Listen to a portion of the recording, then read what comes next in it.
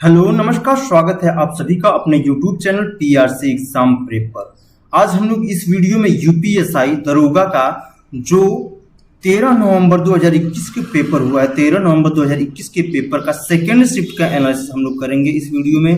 केवल हिंदी के 40 प्रश्नों का, हिंदी के टोटल 40 प्रश्न पूछे गए हैं, उसका हम लोग इस वीडियो में जिक्र करेंगे। हिंदी से 40 प्रश्न पूछे जाते हैं और मैथ से 40 क्वेश्चन, रीजनिंग से और किससे, जीके और मूल विधि से 40 क्वेश्चन पूछे जाते हैं। तो आइए अपना हिंदी के 40 प्रश्नों का एनालिसिस इस वीडियो में करेंगे। पहला क्वेश्चन है कि हिंदी इनमें से किस भाषा परिवार की भाषा है? तो हिंदी भारोपीय भाषा परिवार की भाषा है। कौन सी भाषा परिवार की भाषा है? तो भारोपीय भाषा परिवार की भाषा है हिंदी। नेक्स्ट क्वेश्चन की बात करें, सर्वनाम के कुल कितने भेद होते हैं? तो सर्वनाम के कुल 6 भेद होते हैं। सर्वनाम के कुल कितने भेद होते हैं? 6 भेद होते हैं। कौन कौन से? पुरुषवाचक सर्वनाम, पुरुषवाचक सर्वनाम, निश्चयवाचक सर्वनाम, पुरुषवाचक, निश्चयवाचक, अनिश्चयवाचक, अनिश्चयवाचक सर्वनाम, पुरुषवाचक, निश्चयवाचक, अनिश्चयवाचक, निजवाचक, निजवाचक, संबंधवाचक, संबंधवाचक और प्रश्नवाचक, प्रश्नवाचक सर्वनाम। एक इस सर्वनाम के 6 भेद हैं। पुरुषवाचक सर्वनाम, जैसे आप इसको हल्का स्ट्रिक देखेंगे, पुरुष निश्चित है अनिश्चित है, ये उसका निजी संबंध पे प्रश्न मत उठाओ। पुरुष निश्चित है या अनिश्चित है, निजी संबंध पे प्रश्न न उठाओ। याद करने का आसान तरीका कुछ। तो सर्वनाम के कुल कितने भेद हो जाएंगे? 6 भेद हो जाएंगे। नेक्स्ट है, बाधा था विधु को किसने, इन काली जंजीरों से मड़ी वाले फड़ियों का मुख क्यों भरा आया हीरो से। पूछा है कि इसमें से कौन सा अलंकार है? तो इसमें है अतिशयोक्ति अलंकार। कौन सा अलंकार है? अतिशयोक्ति अलंकार। अतिशयोक्ति अलंकार जिसमें क्या होता है, बातों को बढ़ा चढ़ा कर किया जाता है, उसमें कौन सा अलंकार होता है? अतिशयोक्ति अलंकार। इसका एक और उदाहरण देखें जो कि बहुत चर्चित है, आगे नदियां पड़ी अपार, आगे नदियां पड़ी अपार, घोड़ा कैसे उतरे पार। राणा ने सोचा इस पार, तब तक क्या था? चेतक था उस पार। अभी राणा साहब सोच रहे हैं इधर, तब तक घोड़ा था उस पार। तो ये क्या? अतिशयोक्ति अलंकार। नेक्स्ट है, बीती विभावरी जागरी, बीती विभावरी जागरी, अंबर पनघट में डूबो रही तारा घट उषा नागरी। पूछा है कौन सा, इसमें से कौन सा अलंकार है? तो इसमें कौन सा अलंकार है? रूपक अलंकार है। कौन सा अलंकार है? रूपक अलंकार होता है। रूपक अलंकार। रूपक अलंकार में क्या होता है, जब उपमेय और उपमान में अभिन्नता दिखाया जाता है, भेद दिखाया जाता है, तो उसको क्या बोलते हैं? रूपक अलंकार होता है। नेक्स्ट क्वेश्चन, इनमें से भूगोल का विलोम पूछा है कि भूगोल का विलोम क्या होगा? तो भूगोल का विलोम हो जाएगा खगोल। भूगोल का विलोम क्या हो जाएगा? खगोल हो जाएगा। इतिहास का विलोम पूछे कि इतिहास का विलोम क्या होगा? तो इतिहास का विलोम हो जाएगा भविष्य। समाज, समाज का विलोम क्या हो जाएगा? बहुत सारे व्यक्तियों को मिलाकर समाज बनता है, समाज का विलोम क्या हो जाएगा? व्यक्ति हो जाएगा, किसी एक व्यक्ति। पाताल का विलोम क्या हो जाएगा? तो पाताल का विलोम हो जाएगा आकाश। पाताल का विलोम क्या हो जाएगा? आकाश हो जाएगा। समाज का व्यक्ति हो जाएगा, इतिहास का भविष्य हो जाएगा और खगोल का विलोम क्या हो जाएगा? भूगोल हो जाएगा।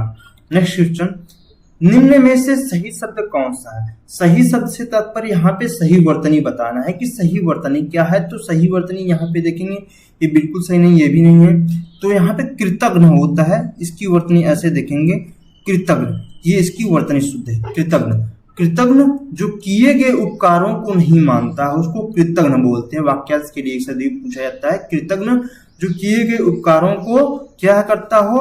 नहीं मानता हो। जो किए गए उपकारों को नहीं मानता उसको कृतज्ञ बोलते हैं। और इसका अपोजिट होता है कृतज्ञ। कृतज्ञ जो किए गए उपकारों को क्या है? मानता हो। जो किए गए उपकारों को मानता हो उसको क्या बोलेंगे? कृतज्ञ बोलेंगे। जो किए गए उपकारों को नहीं मानता उसको कृतज्ञ बोलेंगे। तो वर्तनी सही है, इसमें से ऑप्शन नंबर ए सही है। नेक्स्ट क्वेश्चन, प्रेमचंद इनमें से किस पत्रिका के संपादक थे? तो प्रेमचंद हंस पत्रिका के संपादक थे। प्रेमचंद कौन सी पत्रिका के? हंस पत्रिका के संपादक थे। दीनमान पत्रिका के संपादक की बात करें तो सच्चिदानंद हीरानंद वात्स्यायन। तो ये सच्चिदानंद हीरानंद वात्स्यायन अज्ञेय जी का है। किसकी है? अज्ञेय जी का है। और ज्ञानोदय की बात करें, ज्ञानोदय पत्रिका के संपादक कौन है? तो गंगाधर भट्टाचार्य है। कौन है? गंगाधर भट्टाचार्य किसके पत्रिका, ज्ञानोदय पत्रिका के संपादक हैं। आजकल पत्रिका के संपादक की बात करें तो कौन है, राकेश रेणु है। कौन है, राकेश रेणु, ये आजकल पत्रिका के संपादक। तो प्रेमचंद पत्रिका के संपादक हंस हो जाएगा। नेक्स्ट है, इनमें से बादल का पर्यायवाची पूछा है कि बादल का पर्यायवाची क्या है। तो बादल का पर्यायवाची नीरद हो जाएगा। बादल का पर्यायवाची क्या होगा, नीरद होगा। अनिल किसका पर्यायवाची है, अनिल समीर या वायु का पर्यायवाची होता है। अनिल नीरज, नीरज जो नीर में जन्म ले, जन्म उसको बोलेंगे कमल। नीरजा किसको बोलते हैं, लक्ष्मी, माता लक्ष्मी को बोलते हैं, क्या बोलते हैं, नीरजा बोलते हैं। तो यहाँ पे बादल का पर्यायवाची पूछा है तो बादल का पर्यायवाची हो जाएगा नीरद। ऑप्शन नंबर 8 सही है, नीरद हो जाएगा। और इसके पर्यायवाची की बात करें तो जलद इसका पर्यायवाची है, क्या हो जाएगा, जलद हो जाएगा। मेघ हो जाएगा, क्या हो जाएगा, मेघ हो जाएगा। जलधर भी बोलते हैं, जलधर, जलधर ये बादल के पर्यायवाची है। वारिधर भी बोलते हैं, क्या बोलते हैं, वारिधर। धर मतलब धारण करने वाला, वारी पानी को बोलेंगे, जल भी जल। तो ये किसके पर्यायवाची हैं, बादल के पर्यायवाची हैं। नेक्स्ट है, इनमें से शुद्ध शब्द कौन सा है। शुद्ध शब्द अर्थात वर्तनी बताना है तो वर्तनी अध्येता नहीं होता है, अध्येता होता है। अगर अध्येता ऐसे होता है अध्येता तो हो जाएगा अध्ययन करने वाले को अध्येता या पाठक बोलते हैं इसको। तो अध्ययन करने वाले या फिर पाठक को क्या बोलेंगे, अध्येता बोलेंगे। तो यहाँ पे इसकी वर्तनी गलत है, ये अध्येता वही चीज है तो ये भी वर्तनी गलत है। अध्ययन, यहाँ पे इसकी वर्तनी सही है, अध्ययन बिल्कुल सही है। तो ऑप्शन नंबर सी सही है। इनमें से कौन सा शब्द शत्रु का पर्यायवाची है। शत्रु का पर्यायवाची पूछा है क्या, सारंग। सारंग किसका पर्यायवाची है, तो सारंग जो होता है शेर का पर्यायवाची होता है, शेर का पर्यायवाची होता है। कुमार्गी क्या होता है, कुमार्गी, कुमार्गी नहीं होता है, कुमार्गी होता है। तो कुमार्गी जो कि कुपथ यानी गलत रास्ते पे चला जाता है, अपमार्गी पे। तो यहाँ पे अरि जो होता है, अरि शत्रु का पर्यायवाची है। अरि किसका पर्यायवाची है, शत्रु का पर्यायवाची है। किसका पर्यायवाची है, शत्रु। इसको क्या बोलेंगे, दुश्मन भी बोलते हैं, क्या बोलते हैं, दुश्मन भी बोलते हैं। विरोधी बोलेंगे, विरोधी शत्रु के पर्यायवाची हो जाएंगे विरोधी। बैरी हो जाएगा, बैरी दुश्मन, विपक्षी। अमित्र बोल देंगे, क्या बोलेंगे, अमित्र। ये किसके पर्यायवाची हैं, शत्रु के पर्यायवाची हैं। तो ऑप्शन नंबर बी अरि, शत्रु का पर्यायवाची क्या हो जाएगा, अरि। और इसका एक है रिपु भी होता है, रिपु। अरि और रिपु ध्यान रखिएगा, रिपु और अरि शत्रु के पर्यायवाची है। नेक्स्ट है, इनमें से किस उपन्यास की पृष्ठभूमि आंचलिक है। तो मैला आंचल जो कि फणीश्वरनाथ रेणु ने लिखा है, ये उनकी है। पूछा है कि किस उपन्यास की पृष्ठभूमि आंचलिक है, तो मैला आंचल की पृष्ठभूमि आंचलिक है, जो कि किसके द्वारा लिखा गया है, फणीश्वरनाथ रेणु के द्वारा लिखा गया है। नेक्स्ट है, आद्रक का तत्सम क्या होता है। पूछा है आद्रक का तत्सम नहीं, तद्भव पूछेगा। आद्रक तो तत्सम ही है। आद्रक का तद्भव क्या है, तो अद्रक हो जाएगा। आद्रक का तद्भव रूप अद्रक हो जाएगा। नेक्स्ट क्वेश्चन, रीतिकाल को श्रृंगार काल किसने कहा है। तो रीतिकाल को श्रृंगार में ये इसकी वर्तनी गलत है, ये नहीं होना चाहिए। तो रीतिकाल को श्रृंगार काल किसने कहा, तो विश्वनाथ प्रसाद मिश्र ने। श्रृंगार काल किसने कहा है, तो विश्वनाथ प्रसाद मिश्र ने कहा है। नेक्स्ट क्वेश्चन, इनमें से कौन सा तत्सम शब्द है। पूछा है तत्सम शब्द कौन सा है। आंत एक तद्भव शब्द है, इसका तत्सम हो जाएगा आंत्र। आंत का तत्सम शब्द क्या हो जाएगा, आंत्र हो जाएगा। और आंख जो होता है, आंख का तत्सम पूछे तो अर्क हो जाएगा, अर्क। आंख का तत्सम, अंक एक तत्सम शब्द है। अंजलि नहीं होता, अंजुरी होता है। तो यहाँ पे तत्सम शब्द पूछा है तो अंक यहाँ पे तत्सम शब्द हो जाएगा। नेक्स्ट क्वेश्चन की बात करें, इनमें से हिंदी के प्रथम सूफी कवि कौन है। प्रथम सूफी कवि पूछा है तो प्रथम सूफी कवि कौन हो जाएंगे, मुल्ला दाऊद हो जाएंगे, मुल्ला दाऊद। और यहाँ पे मलिक मोहम्मद जायसी की रचनाएं बहुत पूछा है। मलिक मोहम्मद जायसी की रचना कौन कौन सी है, पद्मावत है, पद्मावत, अखरावट, आखिरी कलाम, पद्मावत, अखरावट, आखिरी कलाम। ये किसकी रचना है, मलिक मोहम्मद जायसी की रचना है। पद्मावत, अखरावत, आखिरी कलाम। तो इनमें से प्रथम सूफी कवि पूछा, तो प्रथम सूफी कवि कौन हो जाएगा? मुल्ला। नेक्स्ट क्वेश्चन है कि नेक्स्ट क्वेश्चन, इनमें से किस रचना की पृष्ठभूमि में सांप्रदायिकता की समस्या है? पूछा है कि सांप्रदायिकता की समस्या किसमें है? तो वो है तमस में। तमस जो कि भीष्म साहनी द्वारा लिखी गई। किसके द्वारा? भीष्म साहनी। किसकी रचना है? भीष्म साहनी की है। किसकी है? भीष्म साहनी की प्रमुख एक उपन्यास है, भीष्म साहनी की है। कर्मभूमि की बात करें तो कर्मभूमि किसकी है? कर्मभूमि मुंशी प्रेमचंद की है। किसकी है? मुंशी प्रेमचंद की एक रचना है। और शेखर एक जीवनी की बात करें, शेखर एक जीवनी किसकी रचना है? तो सच्चिदानंद हीरानंद वात्स्यायन अज्ञेय जी की रचना है। सच्चिदानंद हीरानंद वात्स्यायन अज्ञेय जी की रचना है। और राग दरबारी किसकी रचना है? तो श्रीलाल शुक्ल की। किसकी है? श्रीलाल शुक्ल की रचना है। श्रीलाल शुक्ल की रचना है। तो पूछा था कि इनमें से किस रचना की पृष्ठभूमि में सांप्रदायिकता की समस्या है? तो तमस है, जो कि भीष्म साहनी द्वारा लिखित रचना है। नेक्स्ट है अनुच्छेद है, यहाँ पे 17 से 19 यानी कि 3 प्रश्न हैं जो अनुच्छेद से यानी गद्यांश को पढ़ के बताना है कि गद्यांश के अनुसार सीधे क्वेश्चन पे आते हैं, फिर उसके बाद अपना इसमें से आंसर ढूंढते हैं। तो गद्यांश के अनुसार महाराज जनक का क्या शौक था? तो यहाँ पे शौक ढूंढेंगे कि महाराज जनक का शौक क्या था। तो यहाँ पे शौक देखेंगे तो मिथिला के सिंहासन पर बैठने के बावजूद जनक को फकीरी का शौक था। किसका शौक था? फकीरी का शौक था। ऑप्शन नंबर बी सही हो जाएगा। नेक्स्ट है गद्यांश के अनुसार महाराज जनक का परमात्मा से कैसा संबंध था? तो परमात्मा से संबंध की बात करें, परमात्मा से संबंध यहाँ पे परमात्मा है। तो वे इस तरह राजकाज चलाते थे मानो स्वयं परमात्मा के विनयशील सेवक हैं। तो परमात्मा के विनयशील सेवक का संबंध था। परमात्मा से कैसा? विनयशील सेवक का। नेक्स्ट क्वेश्चन है सब कुछ करने के बाद भी राजा जनक किस कार्य में लिप्त नहीं होते थे?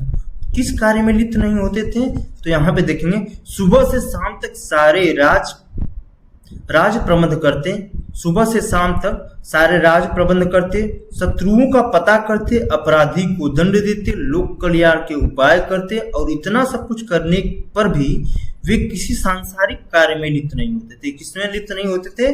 तो सांसारिक कार्य में लिप्त नहीं होते थे। ऑप्शन नंबर ए सही है। तो ये गद्यांश से रिलेटेड क्वेश्चन हो गए। आइए बढ़ते हैं नेक्स्ट क्वेश्चन की तरफ। नेक्स्ट क्वेश्चन है कि इनमें से संचारी भावों की संख्या कितनी है? तो संचारी भावों की संख्या कितनी होती है? 33 होती है। कितनी होती है? 33 होती है। संचारी भावों की संख्या जो कि भरितवंश के अनुसार संचारी भावों की संख्या कितनी होती है? 33 होती है। नेक्स्ट है रामकृष्ण मिशन द्वारा संचालित किस पत्रिका का संपादक सूर्यकांत त्रिपाठी निराला ने किया था? तो सूर्यकांत त्रिपाठी निराला द्वारा रचित कौन सी है? समन्वय है। कौन है? समन्वय। Option number B. Next question है अनुनासिक स्वर का उच्चारण कहाँ से होता है? अनुनासिक स्वर का उच्चारण नाक और मुंह दोनों से होता है। अनुनासिक का उच्चारण कहाँ से होता है? नाक और मुंह दोनों से होता है। नेक्स्ट है निम्नलिखित में से किस व्यंजन का उच्चारण तालु से होता है? तो पहला जो क ख ग घ अंगा है उसका तो कंठ होता है, दूसरा होता है तालु। तालु च छ ज झ इया, च छ ज झ इया, इसमें से कौन है? ऑप्शन नंबर ए सही है। तो उच्चारण तालु से पूछा है तो ऑप्शन नंबर ए ज सही है। नेक्स्ट है जिसका जन्म पहले हुआ उसको क्या बोलते हैं? अग्रज बोलते हैं। जिसका जन्म पहले हुआ हो उसको क्या बोलेंगे? अग्रज बोलेंगे। जिसका जन्म पहले हुआ हो उसको क्या बोलेंगे? अग्रज बोलेंगे। इनमें से पूछा है कि तत्सम शब्द बताना है कि इसमें से तत्सम शब्द क्या होगा? पवन। तो यहाँ पे पवन तत्सम शब्द है। पंख का तत्सम क्या होता है? पक्ष होता है, पक्ष। पारा का तत्सम क्या होता है? तो पारा के तत्सम की बात करें तो पारा नहीं होता है, पारद होता है। पकवान का तत्सम क्या हो जाएगा? पकवान हो जाएगा। क्या हो जाएगा? पकवान हो जाएगा। पकवान ये किसका हो जाएगा? पकवान का तत्सम हो जाएगा। नेक्स्ट है वर्ण का पंचमा अक्षर पूछा है कि वर्ण का पंचमा अक्षर जो क ख ग घ अंग लास्ट में जो पड़ता है पांचवा अक्षर उसको पंचमा अक्षर बोलते हैं। अंग इय ड़ न म, अंग इय ड़ न म, ये वर्ण के पंचमा अक्षर है। तो इसमें से देखेंगे कौन सा है, म। यहाँ पे ऑप्शन नंबर डी सही है।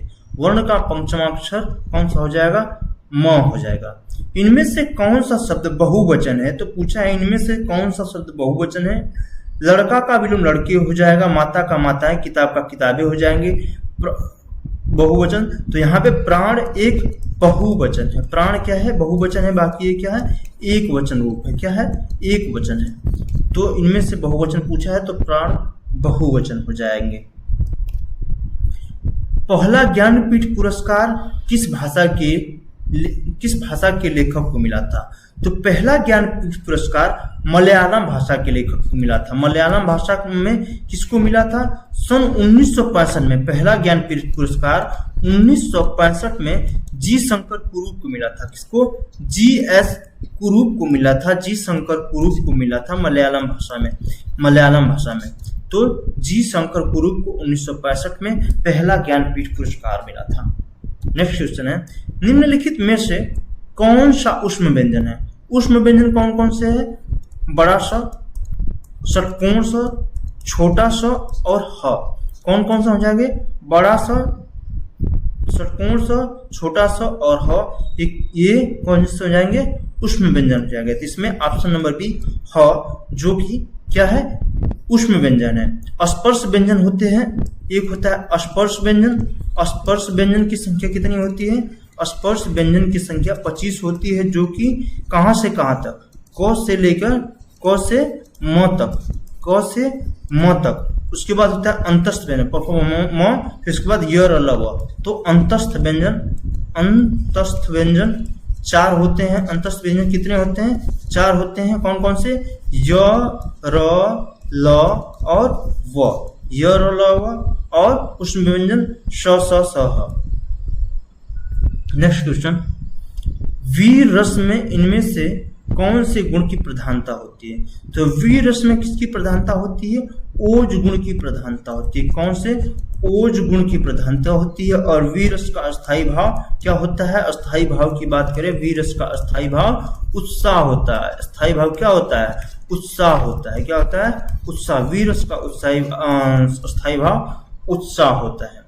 इनमें से कौन सा शब्द नदी का पर्यायवाची पूछा है कि नहीं है, तो यहाँ पे आपदा जो होता है नदी का पर्यायवाची नहीं होता। आपदा या आफत इसको बोलते हैं। तो आपदा जो होता है ये नदी का पर्यायवाची नहीं होता है। नदी के पर्यायवाची तरनी होता है, तटनी होता है। तरनी हो जाएगा, तरनी, तटनी हो जाएगा, तटनी हो जाएगा, तटनी। और इसकी पर्यायवाची की बात करें, तटनी सरी भी बोलते हैं। क्या बोलते हैं, सरी बोलते हैं, सरिता बोलते हैं, सरिता, अपगा।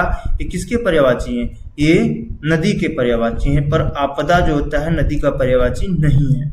नेक्स्ट क्वेश्चन, मागधी अपभ्रंश से संबंधित भाषा इनमें से कौन सी है, तो मागधी अपभ्रंश से संबंधित भाषा क्या हो जाएगी, बंगला हो जाएगी। मागधी अपभ्रंश में कौन कौन सी भाषाएं हो जाएंगी, एक हो जाएगा बिहारी। कौन कौन सी, बिहारी, बंगला, छत्तीसगढ़ी। क्या हो जाएगा, छत्तीसगढ़ी, मैथिली, मैथिली हो जाएगा, मगही हो जाएगा, बघेली हो जाएगा, बघेली। और असमी हो जाएगा, असमी। ये किससे जुड़ी हुई हैं, मागधी अपभ्रंश से जुड़ी भाषाएं हैं। नेक्स्ट क्वेश्चन, भारत में भाषा के आधार पर सर्वप्रथम किस राज्य का गठन हुआ, तो भारत में भाषा के आधार पर सर्वप्रथम किसका गठन हुआ था, आंध्र प्रदेश राज्य का गठन हुआ था 1953 में। भाषा के आधार पर बनने वाला पहला राज्य 53 है। भाषा के आधार पर बनने वाला पहला राज्य आंध्र प्रदेश है, जो कि 1953 में बना था तेलुगु भाषा के आधार पर। नेक्स्ट है, हिंदी में मूलतः वर्णों की संख्या कितनी होती है, तो हिंदी में मूलतः वर्णों की संख्या कितनी है, 52 है। हिंदी में मूलतः वर्णों की संख्या कितनी है, 52 है। इसमें से स्वर की संख्या कितनी होती है? 11 होती है, और व्यंजन की संख्या कितनी होती है? 33 होती है। व्यंजन की संख्या कितनी होती है? 33 होती है। और संयुक्त व्यंजन छत्र अज्ञ स्वर 4 होते हैं, तो 4 होते हैं। और द्विगुण व्यंजन बोले, द्विगुण व्यंजन किसको बोलते हैं? द्विगुण व्यंजन इसको बोलते हैं ड़ और ढ को, ये हो जाएंगे द्विगुण व्यंजन। और अनुनासिक होता है, विसर्ग होता है। कुल मिला के हिंदी में मूलतः वर्णों की संख्या कितनी जाएगी? 52। परंपरा से चली आ रही बात को क्या बोलेंगे? अनुश्रुति बोलेंगे। अनुश्रुति। परंपरा से चली आ रही बात को क्या बोलेंगे? अनुश्रुति बोलेंगे। अनुश्रुति। नेक्स्ट है नाक का बाल होना मुहावरे का अर्थ बताना है कि नाक का बाल होना मतलब अधिक प्यारा होना। नाक का बाल होना अधिक प्यारा होना। नेक्स्ट है चंदायन इनमें से किस लोक कथा पर आधारित है? चंदायन जो कि मुल्ला दाऊद द्वारा रचित रचना है। मुल्ला दाऊद, इसके रचनाकार कौन है? मुल्ला दाऊद। ये किस लोक कथा पर आधारित है? तो चनैनी लोक कथा पर आधारित है। ऑप्शन नंबर बी, चनैनी लोक कथा पर आधारित है, जो कि मुल्ला दाऊद जो प्रथम सूफी प्रेम काव्य है उनके द्वारा लिखित है। नेक्स्ट है आसमान। इनमें से आसमान का पर्यायवाची शब्द कौन सा है बताना है। आसमान का पर्यायवाची हो जाएगा व्योम।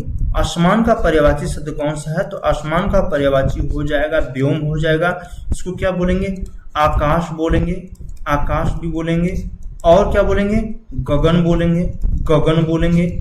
और अनंत बोलेंगे, अंबर बोलेंगे, अंबर, अनंत और नभ। ये किसके पर्यायवाची है? नभ।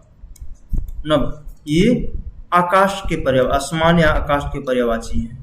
नेक्स्ट है इनमें से समष्टि का विलोम पूछा है, तो समष्टि का विलोम क्या होगा? तो समष्टि का विलोम हो जाएगा व्यष्टि। समष्टि का विलोम क्या होगा? व्यष्टि हो जाएगा। समष्टि का विलोम क्या हो जाएगा? व्यष्टि हो जाएगा।